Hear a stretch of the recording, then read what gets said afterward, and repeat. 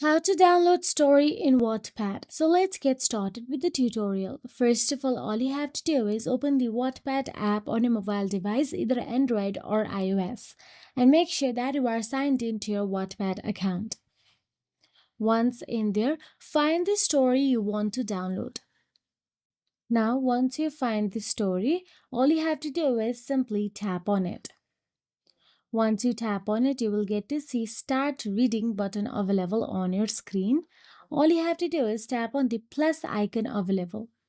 Then tap on the Add to Library option available from there. And once you do so, all you have to do is go to the library and see whether it has been saved or not. The story is now saved offline. You can read it without the internet access. Wattpad allows only a few offline stories at a time for free users. Unlimited offline downloads require the Wattpad Premium. So that is it. If you found this video helpful, please like, share and subscribe our channel, and thank you so much for watching.